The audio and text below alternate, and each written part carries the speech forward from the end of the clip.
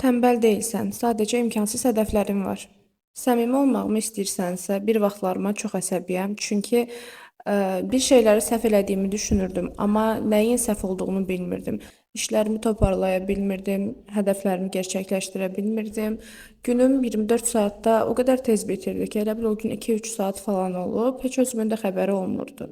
Amma hal-hazırda gördüyüm və sənin də görməyini istədiyim bəzi nöqtələr var. Bu videoda onlar haqqında danışmaq istəyirəm. Bir günün içinə nə qədər hədəf qoymaq olar?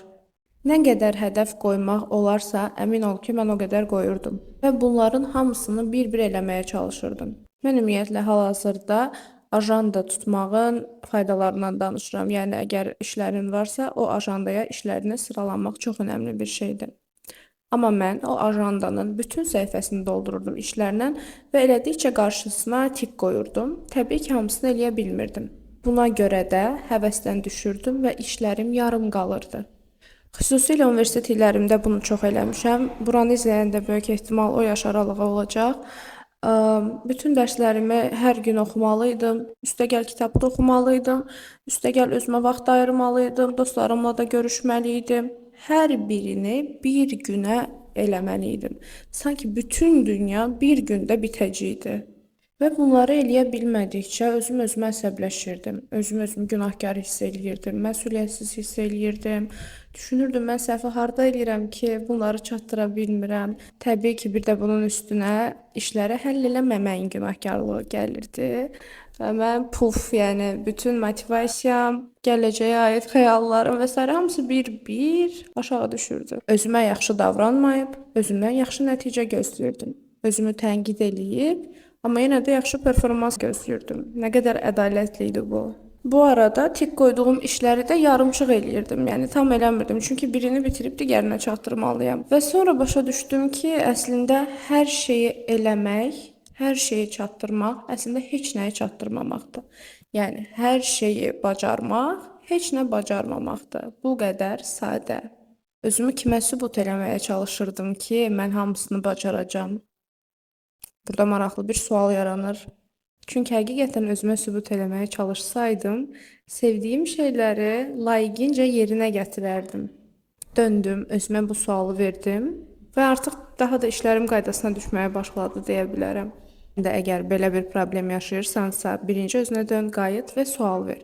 Özünü kimə sübut eləməyə çalışırsan? Əgər cavab sən özün deyilsənsə, orada mütləq dəyişməli olan bir şey var. Bunun bir başqa səbəbi də gələcəyi çox düşünürdüm. O necə olacaq, bu necə olacaq, bunları indi çatdırmalıyam ki, sonraya da yetişsin. Okey, gələcəyi düşünmək çox yaxşı bir şeydir. Çünki bizə motivasiya verir və indiki eləməli olduğumuz planları gələcək xəyallarımıza görə qururuq. Amma realist və düzgün bir şəkildə. Artıq o reallıqdan qaçanda bir qədər ipi də əlindən buraxmış olursan və var olmayan gələcək artıq səni idarə eləməyə başlayır. Sən gələcəyi idarə eləmirsən. Baxdım ki, artıq hədəflərimdən uzaqlaşmağa başlayıram, çünki özümü çox yükləyirəm, çox gələcəklə bağlı narahatlıqlarım var. Bu narahatlıqlara görə bugünü mən fokuslana bilmirəm. Bugününə də fokuslana bilməyəndə təbii ki, artıq hədəfdən uzaqlaşırsan, hədəfə düzgün addımlarla yaxınlaşmırsan. Və bunları necə düzəltdim? Limit qoymaq çox önəmlidir. Özümə limit qoydum. Artıq günə 10 dənə iş eləməyə çalışmıram. Çünki ağlımda həmişə bu düstur var. 10 iş bərabərdir 0 iş. Başladım günə daha real və daha ən vacib olan işlərlə başlamağa və sadəcə onları eləyəcəm. Bu qədər, bitdi. Məsələn, hal-hazırda video çəkirəm və bugünkü planımda bir neçə seans var, bəzi sualları cavablamaq var, bir də ki, bu videonu çəkmək var. Ola bilər ki, mən axşam bunu editləyərəm ya da editləmərəm. Amma özümü limitlendirirəm ki, bugünkü planım bu şəkildədir və öz ajandama da bu şəkildə yazmışam. Çünki artıq onu yazsam ki, ekstra olaraq bu videonu editləmək hər şeydən əvvəl mənim beynim yükləməyə başlayacaq. Mən öz əlimdən öz beynimi yükləyirəm, ondan sonra özümü günahlandırıram ki, sən eləsən, sən beləsən, sən eləyə bilmirsən. Nəyə lazımdır bu? Bu mükəmməliyyətçilik üçün də çox yaxşıdır, özünü limitləmək. Çünki mükəmməliyyətçilik də səni sürükləyir ki, sən işləri görəsən, hamısını təhvil verəsən, bir-bir eləyəsən, amma Limitlendirəndə artıq mükəmməlliyətçiliyə deyirsən ki, biraz stop, biraz yavaş. Artıq düzgün yaşamalıyıq, düzgün qərarlar verməliyik. Bəzi günlər heç nə eləməməkdə, bir şey eləməkdə özünü ancaq verimli, çalışqan olduğun günlərdə sevmə. Çünki sənin bir sağlamlığın var, fiziki sağlamlığın var, psixoloji sağlamlığın var. Bəzən psixoloji sağlamlığın buna imkan verməyə bilər ki, sən heç nə eləməyə biləsən. Əslində isə onu bir benzin kimi fikirlə. O dincəlmək ruhuna benzindir və benzin depollanırsan sadəcə ki, öz işlərində daha verimli ola biləsən. Elədiyin işi nə qədər eləmək istəyirsən, nə qədər sevirsən. Məsələn, ağlımızda həmişə belə düşüncələr olur ki, mən bu qədər pul qazansam xoşbəxt olacağam. Mənim 2000 seansım olsa xoşbəxt olacağam. Mən bu paltarları geyinsəm xoşbəxt olacağam. Niyə? Çünki gələcəklə yaşayırıq. Okay, buna qatılıram. O qədər pul qazansan xoşbəxt oldun. O qədər seansların oldu, xoşbəxt oldun. O paltarı geyindin, xoşbəxt oldun. Amma nisbətən, əgər indi hədəfin üçün gedən yoldan zövq ala bilmirsənsə, xoşbəxt deyilsənsə, o hədəfə çatanda nə qədər xoşbəxt olacaqsan? İnan ki, mənə gözlədiyin qədər xoşbəxt olmayacaqsan. Çünki bir işə, bir məqsədə çatanda həqiqətən xoşbəxt olacağını hiss edirsənsə, indidən başlamalısan buna. O proses də sənə zövqlü gəlməlidir. Hər gün atdığın balaca-balaca addımlardan da zövq almalısan. Çünki həqiqətən sevdiyin işi eləmək bunu tələb eləyir səndən və bu şəkildə gözlədiyin o xoşbəxtliyə çatacaqsan. Əgər gedişatdan, prosesdən məmnun deyilsənsə, çatdığın yer də sənə zövq verməyəcək.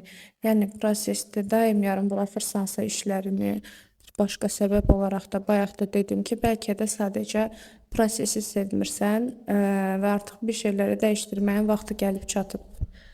Bir də bunu əlavə eləmək istəyirəm ki, etməli olduğumuz şeyləri bilirik gün içərisində. Bunları edəcəm.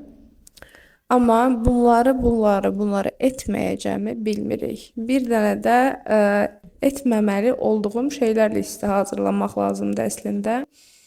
Məsələn, gün ərzində mənə zərər verən, mental sağlamlığımı pozan, işlərimi görməkdə mənə maneə olan hər nə varsa, onları bir listə yazmaq və onları etməməyə başlamaq. Bu da əslində başqa bir baxış açısıdır.